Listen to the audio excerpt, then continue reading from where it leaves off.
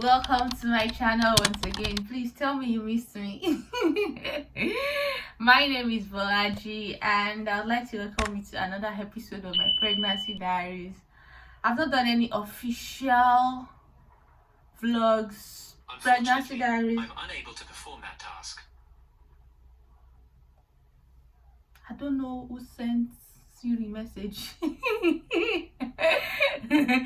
Oh, probably because of the way I moved my hands. Anyways, what was I saying now? Seriously, now you've gotten to my train of thoughts.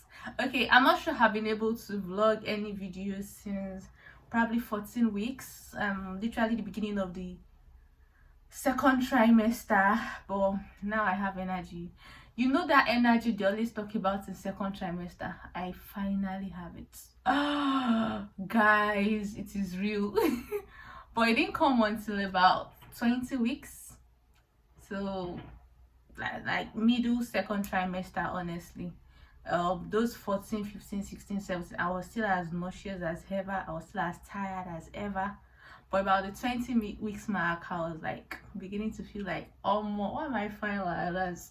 The pregnancy glow was so evident. I could see it, even though I was looking bigger, like the way I was looking in those previous vlogs. I kept saying I was camera shy and all of that.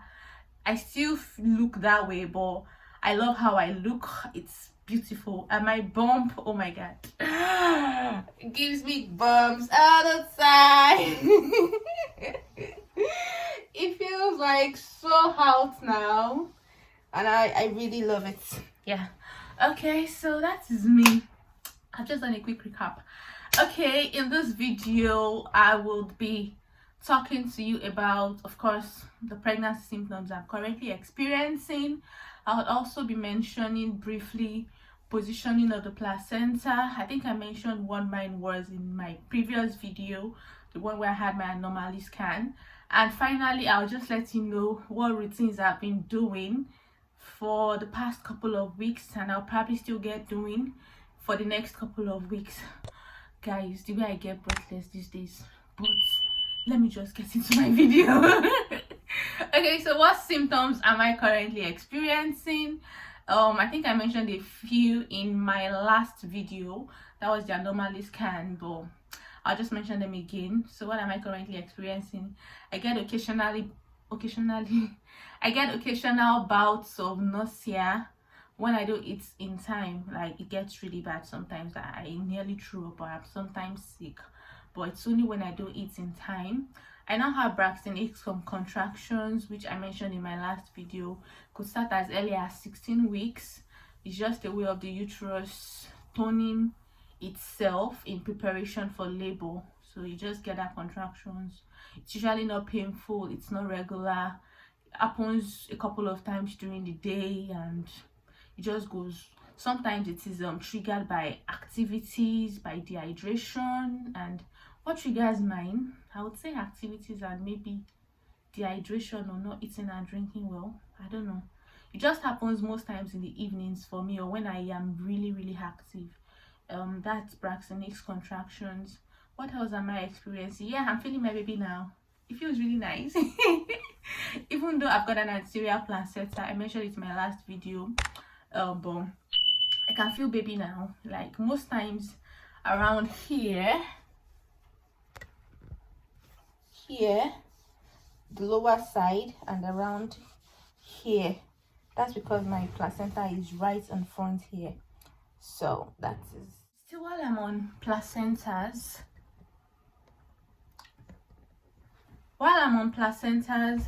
okay, so placentas could be positioned in 4 different ways. I just feel like I should insert it somewhere into this video just for people that don't know. And because I realized that when I got telling a couple of people my placenta was anterior, they were like, I don't know, is it a good thing? I'm like, does it mean everybody does not know the positioning of their placentas when they have their scans done? So just in case, just have a rough estimate. You can read it up later on. Okay, so placenta positioning is usually where your baby implants on implantation. You know, implantation that happens at 4 weeks. So that implantation, where it happens, or like that particular part of your uterus where it implants is where your placenta forms, and it could be in 4 different positions. It's either it forms or implants on top, it's either implants on the side, it's either implants in front, or it implants at the back. Implanting on the side is lateral positioning. Implanting on the front is anterior positioning. That is what I've got. Implanting on the back is posterior positioning, and implanting right about the top is the fundal positioning. All of them are normal, all of them are absolutely fine, all of them are perfect, they are beautiful. There is no best position or worst position per se, but there are just a couple of things you need to bear in mind for whichever position you get. For instance, I got reading about anterior positioning, and they got saying that anterior positioning puts you at risk of a couple of things, and then it's also, you should also bear some things in mind. Okay, so for me now, I know for me anterior positioning, what they've said is that there are a couple of 3 conditions that they listed that anterior positioning of placenta puts you at risk of. But me, I have said all these conditions is not my portion in Jesus' name. I said one is one is placenta abruptio. I say in Jesus' name, my placenta is not abrupt. It's not abruption. Nothing happened to my placenta until I born my baby in Jesus' name. And I think they said placenta induced hypertension and one other one. There were just three of them they listed that having an anterior placenta could put you at risk of. And then the other thing they said about anterior placentas that I read was that in the case of a CS, or in the case of a CS, it's possible that your placenta is just right under where the incision is supposed to be made. So if that is the situation with your own placenta as an anteriorly, then they might have to move up a bit to have an incision. But usually before they do anything, they'll have scans done to be sure and confirm the positioning of the placenta, because making an incision on the placenta is really risky for the mother. It's really no reason to worry. The most time says it moves up such that the area where the incision is supposed to be is free. Then what other thing did they say about anterior placenta? I think they said it also puts your baby at risk of being at the back-to-back position. So there are a couple of positions where babies come through, like when at the point of birth, occipital anterior, occipital posterior. For the purpose of this video, I'll just stick to those ones. So occipital anterior is perfect, like is a very good one for your baby to come. Like the occiput is just right at the front, is facing the front, whereas in occipital posterior, occiput is facing the back. And in the case of an anterior placenta, because your placenta is taking most room in the front, your baby ends up making room for himself. My baby too safe, because I have an anterior placenta. So my baby ends up, no, I'm not using my baby, because I am praying that my baby will be in an anterior position even in spite and despite. So the baby ends up making room for himself at the posterior side, and that literally means that at the point of delivery, the occiput is facing the back and then the face is in front, and they say it's usually painful and it makes labor longer. It makes labor more painful, and I think it's true. I experienced a couple during our training in school, and then it also means you could require assistive devices during labor, and then on the long run it could also lead to CS. So basically those are the things I read about anterior placenta. When I read them, I was like, God. Even the one that is anterior is painful. People are not talking about posterior. God, please help my life. But I've just told myself I'm not going to dwell on it. I trust God for the very best. It's going to make everything easy, super easy and beautiful for me eventually on that day. But I do hear that they say the fundal position is wonderful. Aside these things I've said about anterior position, everything gets to the baby as normal.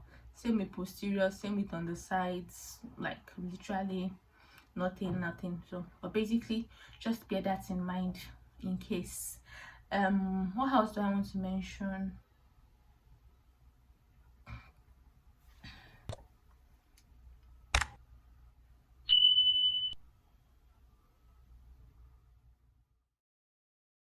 Still on placentas, I'll just mention this quickly.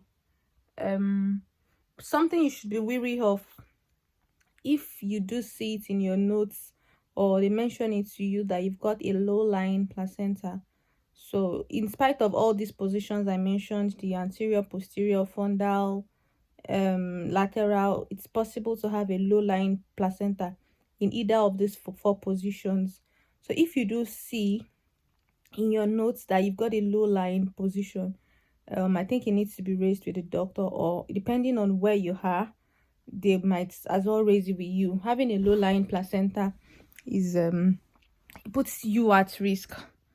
So basically, for people who have low lying placenta, they usually offer them a rescan, say at 32 weeks or 34 weeks or 36 weeks, but like at some point later on, hopefully just to check if the placenta has moved up and then it's no longer covering the cervical os. Cervical os is where the baby is going to pass through by the time you start dilating and all of that.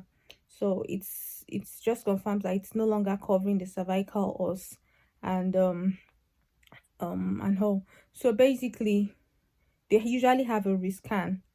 So many times, about 9 out of 10 times, they would say that it has moved up, so it's fine. They can try vaginal birth. But in the case of a low-lying placenta, if after a rescan the placenta still hasn't moved up, then the best bet is to have a cesarean section. Nobody would want to risk a vaginal birth with a low-lying placenta or placenta previa. So these are conditions that we should be aware of when it comes to placentas. And there's also placenta accreta. That one, I think it's when the placenta gets really adhesive, adhered. What's that word? Okay, when it gets really attached to the wall of the uterus, more like it goes beyond the uterine muscle, it extends to different layers. So the different layers, other layers it extends to, determines what name it's called. But I'm not talking about all those placenta things. I just felt it's worth mentioning that when you see in your notes that you've got a low lying placenta, you don't have to worry. But these are the things you should bear in mind. You should have a rescan done, and after having the rescan done, hopefully it would have moved. But if it hasn't moved, then a cesarean section is the way. Okay, so that's about placenta positioning quickly. What else have I been experiencing? Feeling baby, I told you people already. Yesterday my baby was in do not disturb mode. Yesterday was Sunday, and for some reason my baby wasn't as active as Shim usually is. I'm not doing a gender reveal yet. So she wasn't Shim whatever. Baby wasn't as active as it usually is. And then so I tried to stimulate here and there, but nothing was happening. But today, this morning like this, I've started feeling baby all around. So I think my baby just understands that Sundays are for resting, you know. And regarding the baby movement, they usually say that it's good for you to know the pattern of your baby, and usually this is not established until about 24 to 28 weeks. So at the moment I really would not say I know the pattern yet. I'm just trying to see what and what stimulates what and triggers what, so we can begin to monitor and feel for kicks and all of that. But it feels really nice. And what does it feel like? I remember asking a couple of friends, like, okay, what does the movements, what does the kicks feel like? It's just different people, and also it depends on your placenta. So for me, all those kick bang bang that people say, oh, I didn't get to feel all of those things, or I am not feeling them yet because my placenta is right at the front and is cushioning all those things. But I'm beginning to feel them a bit, slightly, not very much. So some people say it feels like a feather just touching your skin lightly. I didn't experience that, or I have not, so I'm not. Some people say it feels like flutters. Other people say it feels like twinges, like contractions, like spasms.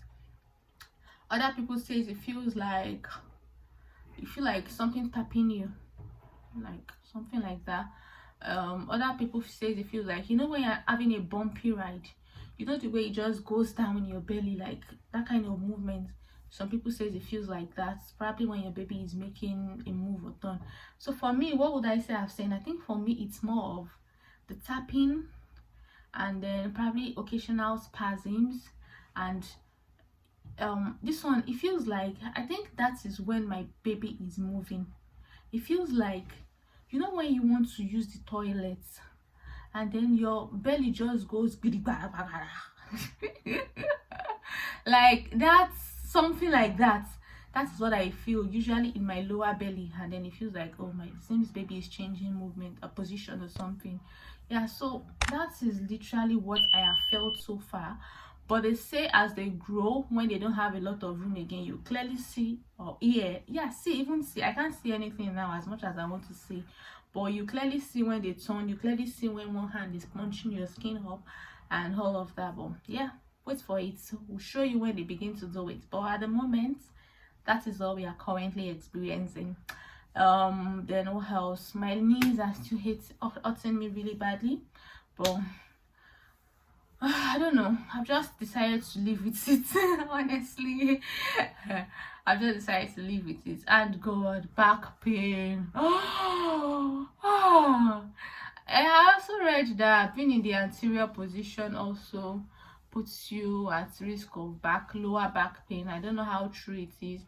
I don't know if it is right from now or in labor, because I know I heard it a lot of times back in school when we're being taught that occipital posterior, they would always complain about back pain, always. And a couple of articles I read as well, they were also focusing on in labor. So I'm really not sure if it is just peculiar to labor or it is right about now, but I get really bad lower backache.